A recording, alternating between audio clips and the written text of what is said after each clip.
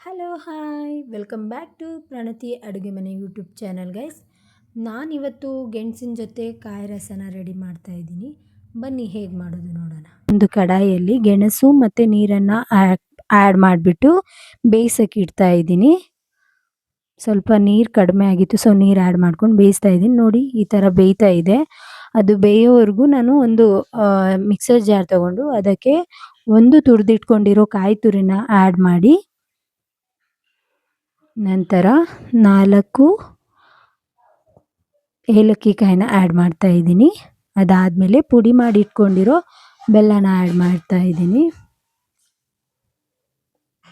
ಅದಾದಮೇಲೆ ಸ್ವಲ್ಪ ಕಡಲೆನ ಆ್ಯಡ್ ಮಾಡ್ತಾ ಇದ್ದೀನಿ.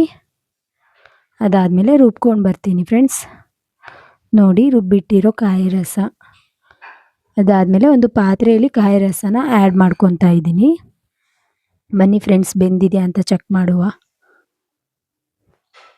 ನಾನೊಂದು ಸ್ಪೂನ್ ಸಹಾಯದಿಂದ ಚೆಕ್ ಮಾಡ್ತಾ ಇದ್ದೀನಿ. ನೋಡಿ ಬೆಂದಿದೆ, ನೋಡಿ ಈ ಥರ ಬೇಯಬೇಕು. ಒಂದು ಕಡೆ ಕಾಯಿ ರಸ ರೆಡಿಯಾಗಿದೆ ನೋಡಿ.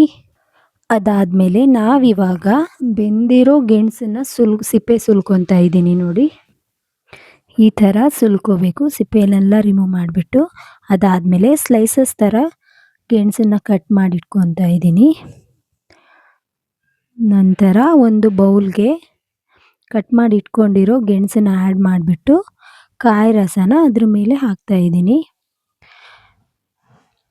ನೋಡಿ ಫ್ರೆಂಡ್ಸ್, ಫೈನಲಿ ಗೆಣಸಿನ ಜೊತೆ ಕಾಯಿ ರಸ ರೆಡಿಯಾಗಿದೆ.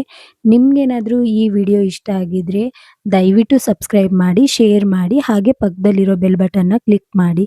ನೀವು ಮನೇಲಿ ಇದೇ ಥರ ಒಂದ್ಸಲ ಟ್ರೈ ಮಾಡಿ. Thank you so much.